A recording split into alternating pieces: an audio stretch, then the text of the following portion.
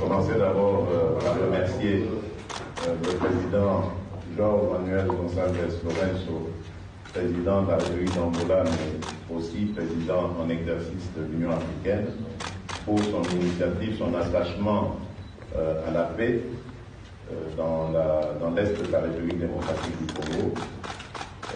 Et comme je vous l'avais dit il y a quelques jours, il m'avait fait des propositions que je trouvais très intéressantes pour cela, mais qui commencent d'abord par un cessez-le-feu immédiat et inconditionnel.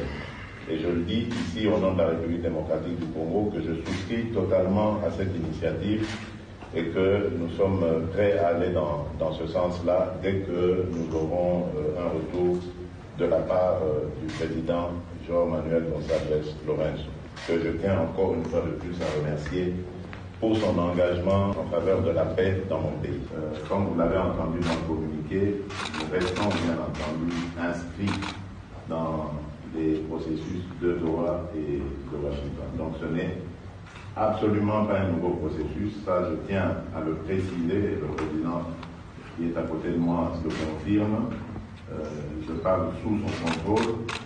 Il n'est absolument pas question d'un nouveau processus ici. Que l'esprit malin ne vienne pas qualifier le président João Manuel Gonçalves Lourenço de vouloir s'accaparer de quoi que ce soit. Il est en faveur de la paix et n'oubliez pas qu'il était déjà avec nous au début de cette crise. Une question d'actualité, Monsieur le ministre de la Communication. Vous revenez de Luanda. Vous avez accompagné les chefs de l'État. Le Nord Kivu, le Sud Kivu et le reste attendent le retour de la paix réellement.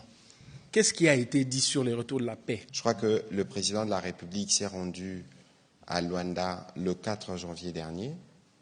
Nous y sommes retournés aujourd'hui 4 jours plus tard.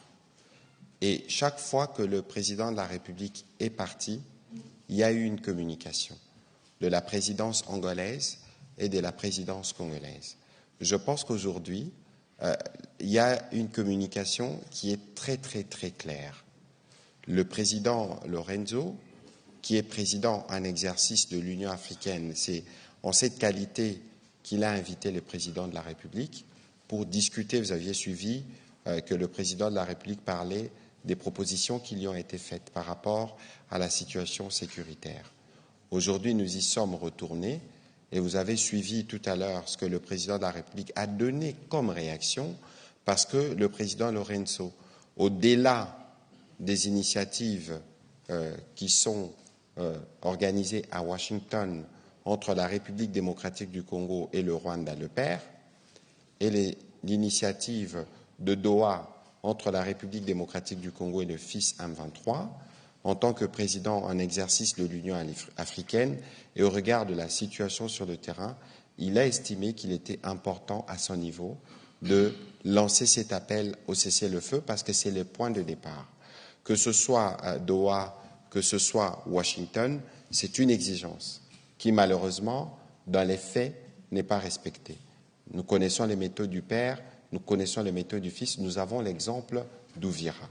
Et donc, bien au-delà de ce qui est attendu des médiateurs américains qataris, en tant que président de l'Union africaine, il a estimé qu'il était en position de lancer cet appel. Je n'ai pas envie de rappeler son passé, parce qu'il était, avant de devenir président de l'Union africaine, médiateur du processus de Luanda, et que le président de la République, séance tenante, a dit notre disponibilité. Et donc aujourd'hui, il y aura sûrement une suite, parce que le président de l'Union africaine va s'entretenir avec les autres partis qui sont concernés pour voir la suite qui y sera donnée. Ici, ce n'est pas un nouveau processus qui commence, mais c'est un effort, un appel du président de l'Union africaine, et il est en droit de le faire du fait qu'il soit aussi reconnu comme champion de la paix. De ceux qui gouvernent par crime. Et puis c'est tellement odieux que ceux qui sont reconnus comme seigneurs de la mort et de la désolation s'autorisent, c'est le fils qui imite sûrement le père, de faire une propagande autour des obsèques. La première chose, mais sur Goma, il y a beaucoup à dire. Je pense que j'avais fait un tweet à ces propos cet après-midi pour dire que d'abord, on n'oublie pas qu'en 4 jours, 10 000 compatriotes ont été tués. On n'oublie pas qu'en juillet, plus de 300 compatriotes de la communauté Hutu principalement ont été massacrés. On n'oublie pas qu'entre Kamanyola et Uvira, en quelques jours, 1500 compatriotes ont été massacrés. On n'oublie pas non plus ceux qui tuent des innocents parce qu'il y a des contradictions, ceux qui se tuent entre eux parce qu'ils ne supportent pas la contradiction. Alors, lorsque ceux qui sont reconnus comme tels s'autorisent à faire ce qu'ils ont fait aujourd'hui, c'est juste le paroxysme de l'indécence et de l'inhumanité. Comment vous pouvez penser organiser un événement de propagande, parce que nous avions déjà appris de bonnes sources ce qui se préparait, interdire aux uns aux autres d'enterrer leurs morts, parce qu'il y avait besoin de faire ces shows, malheureusement, sur des compatriotes qui sont morts. C'est que le Congolais doivent retenir, et c'est ce qu'on disait un peu en liminaire ici, parce qu'il n'y a aucun acte posé dans ces contextes par ces criminels qui restera impuni.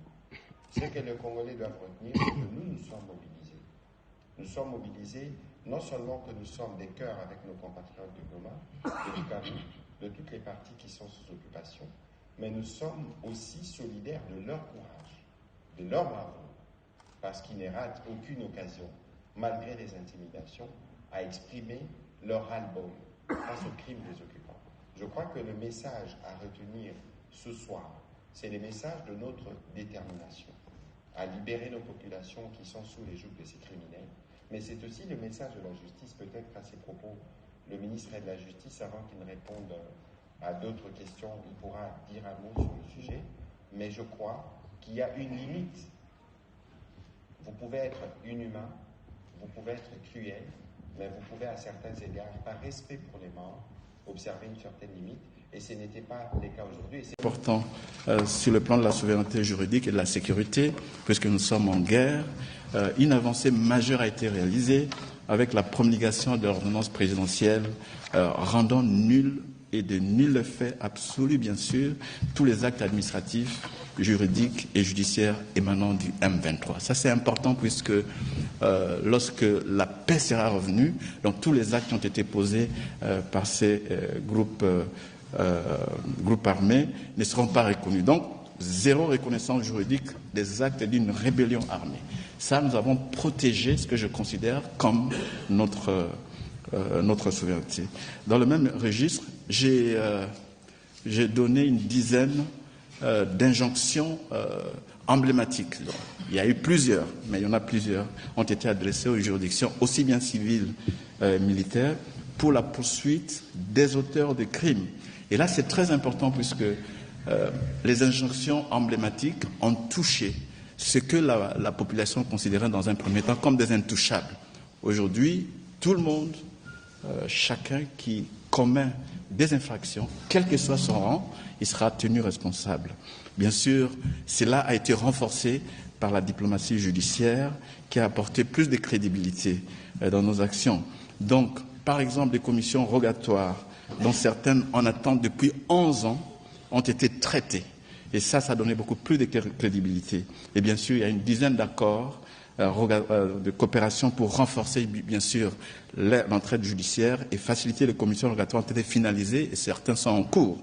Donc, nous avons aussi appliqué le principe de la courtoisie judiciaire avec plusieurs pays, parce que vous savez que... Sur le micro, si vous voulez. Vous savez qu'en tant que pays, nous avons les obligations de répondre aux requêtes qui viennent d'autres pays. Donc, la première chose que j'ai fait, c'était de dépolitiser le ministère. Quand je suis arrivé, c'était un ministère comme un parti politique, ça ne pouvait pas fonctionner. Donc, il fallait absolument que nous puissions faire en sorte que l'administration soit impersonnelle. On ne fait pas la politique dans l'administration. Et ça, c'est ce que nous avons fait. Bon, le dernier dossier, je vais répondre à certaines questions, c'est les dossiers des FIVAO. C'est un dossier qui a coulé beaucoup d'encre. Il y a des cas de corruption qui continuent. Il y a eu déjà quelqu'un qui a été condamné à cet égard, et nous avons effectivement réceptionné pour la première fois 19 millions. Et comme il y a encore d'autres cas, je pense qu'il y aura... J'ai donné des injonctions pour qu'on puisse encore,